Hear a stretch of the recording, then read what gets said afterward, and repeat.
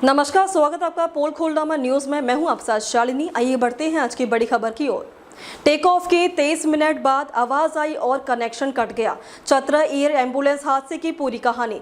झारखंड की राजधानी रांची से दिल्ली जा रही एक एयर एम्बुलेंस सोमवार शाम को झारखंड के चतरा जिले में क्रैश हो गई, जिसमें सवार सभी 7 लोगों की मौत हो गई है।